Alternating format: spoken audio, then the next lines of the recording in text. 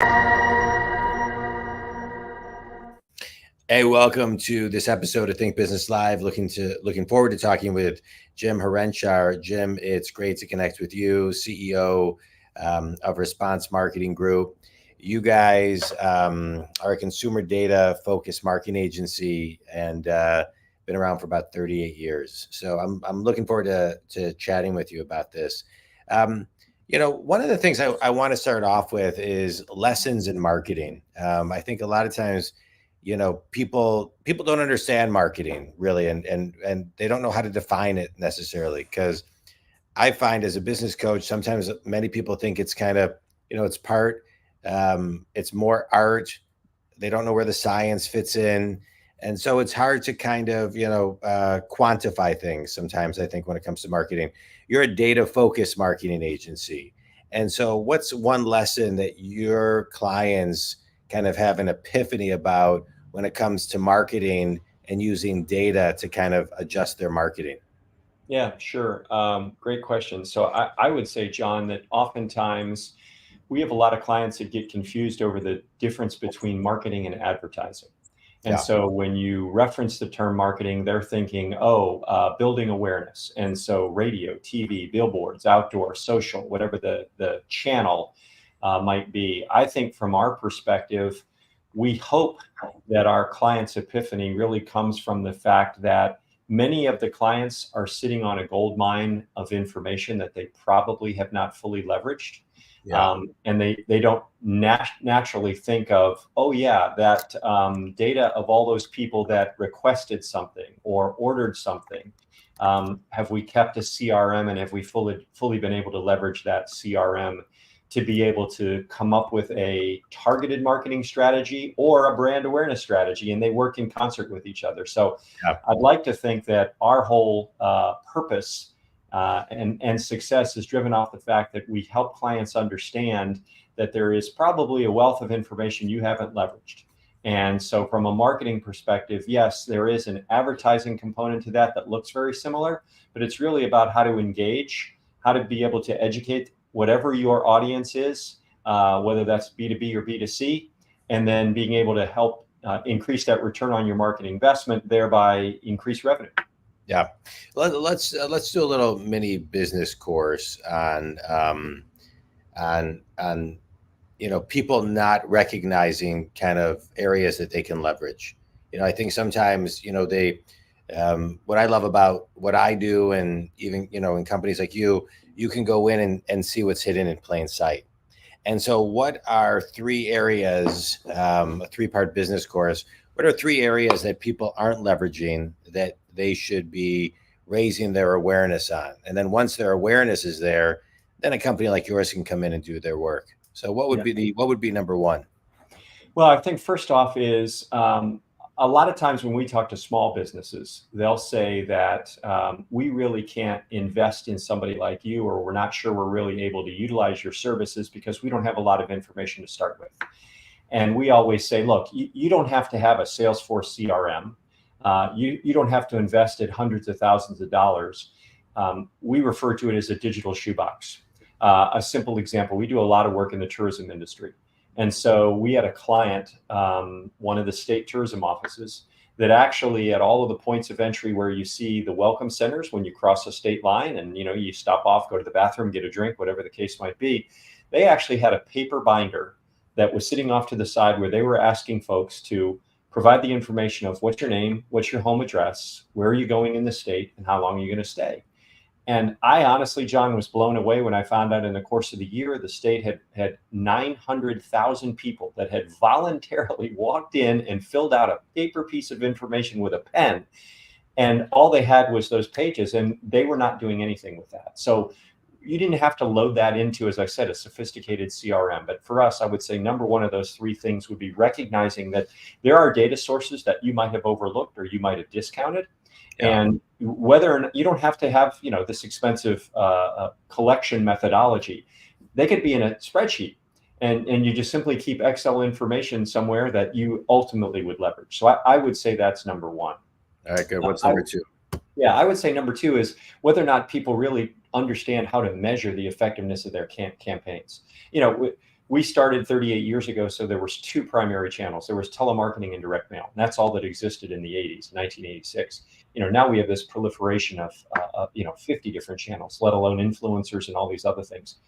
It doesn't, again, have to be a sophisticated methodology for measuring responsiveness necessarily, but have something, right? Come up with to say, if we spent this amount of money this year, what was our return on that investment? Next year, what is going to be our return on investment? How do we allocate that budget across the channels and come up with whether it's a rudimentary measurement strategy or a sophisticated measurement strategy?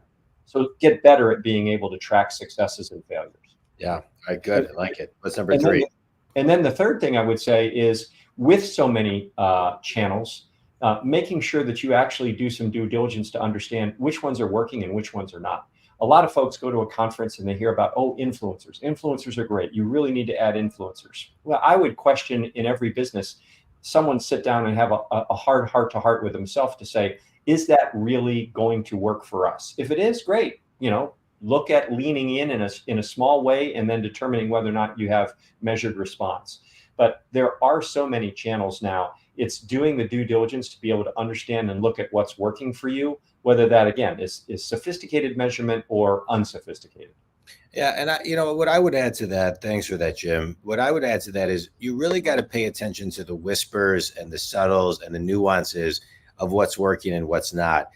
What I have found is you can't fall in love with anything because you gotta because otherwise you miss the important feedback. I have another company called Launch 3, and we got so much great feedback that our 2.0 version of it, we completely immersed ourselves in the feedback and the beta testing of what we then evolved to, and it was incredible. But we weren't tied to the idea. And I sometimes think people fall in love too much with an idea or an opinion. And I think that, when you're tracking things and you're not forecasting effectively and you're getting feedback, but you're so in love that you're not listening, it can really get in the way. And then you wake up one day and it's like, wait, what did we miss?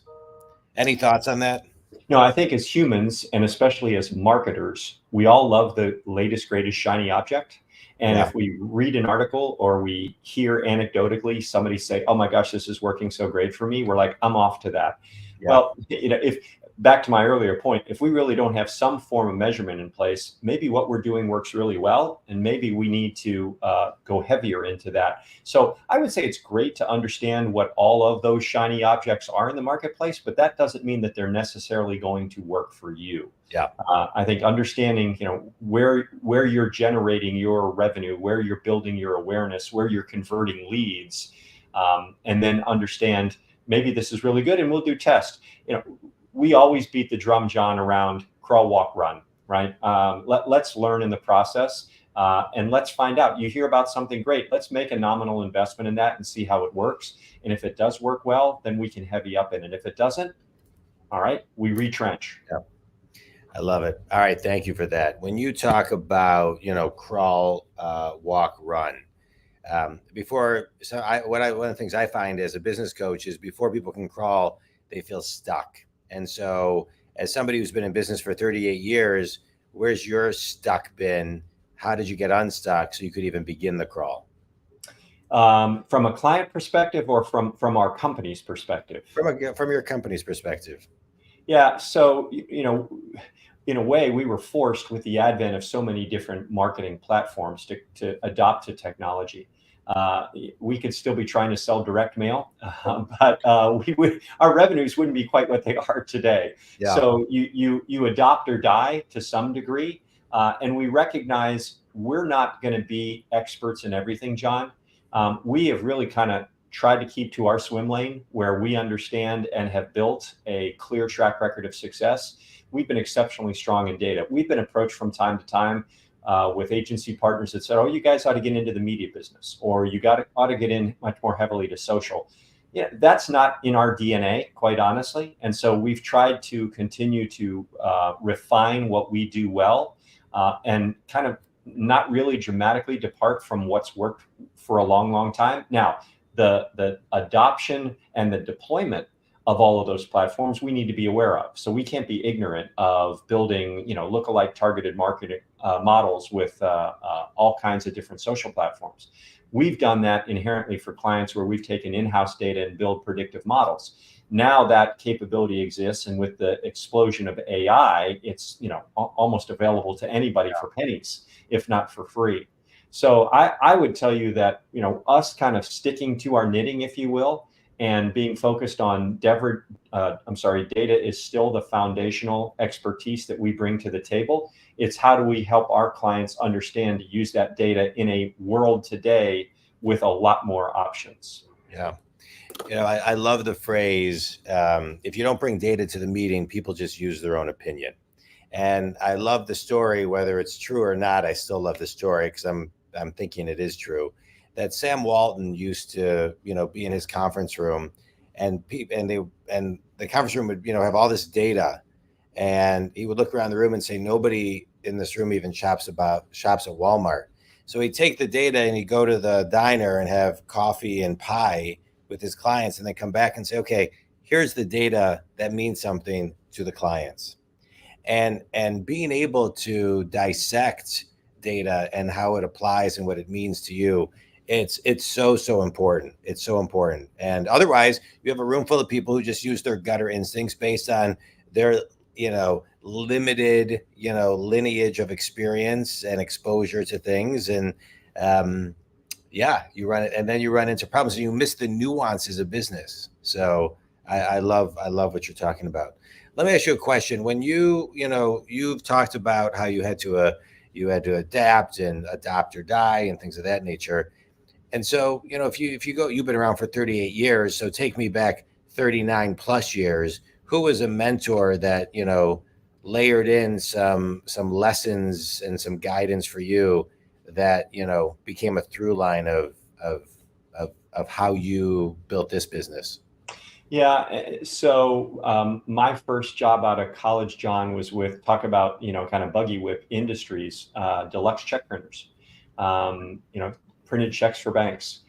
Just this week, I read that Target is no longer going to allow customers to use checks. And I can remember I was there in the mid to late 80s and into the early 90s. And every year there were these, trend forecasters. Checks are going away. They'll never exist anymore. Yeah.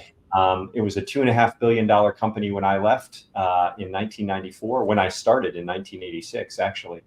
And yes, their revenue has scaled back, but they're still a very relevant player in the industry today, not at the scale they were, but they adopted new technologies. Deluxe had an exceptionally strong formal sales training process, and I was fortunate enough to be in that process. They dedicated a lot of time and effort to teaching folks how to build relationships, how to do negotiated selling, how to overcome objections. And, at the end of the day, for me, John, I still, even in a COVID world and certainly in a post-COVID world, I find that if I can get out and I can get face-to-face, with our clients and our prospective clients, they've got a lot of questions. They still like to know that there's somebody at the other end of the Zoom or somebody at the other end of the phone. And I've used those skills that I learned in the late 80s with deluxe check printers, who were heavily invested in how to train salespeople to build relationships, because at the end of the day, people buy from people they like. Yeah. And absolutely. So that's kind of been the core of one of the strongest things that I've learned in my 38 years. Yeah. Yeah. Training is really important. You just got to make sure you hire the right person that is trainable and coachable. Yes. I think today, one of the things I see when I'm in companies is that they're reactive when it comes to hiring, not all the time, but a lot of times. And they hire really, really, really good, not necessarily great, because they're desperate to fill a role or a seat. And to me, if companies are going to, which I think they should, and I do actually a lot of this, a lot of training within companies for salespeople and managers and leaders, we just got to make sure we're hiring great, which means people got to show up great. And yeah, it's great. All right, well, good. Thank you for that. All right, let's do a quick speed round. A book that's had the biggest impact on you. Oh gosh, I'm going to go way back. I think it was Bill Gates' first book about the internet, which at the time I read it blew my mind. Quite honestly, I was like, "There's no way any of this is going to come to fruition." And boy, was I wrong. I started an internet company in 1995 with my brother and a buddy, and we sold it in 97. And, so much of that stuff, even there's like this AT&T commercial, I think from 1993, it's called like What If? And it talks about so much technology that at the time it was like mind blowing, but Google it. It's pretty amazing. Yeah. But it was fun being part of the evolution of how fast all of that became. Best piece of wisdom you've ever received?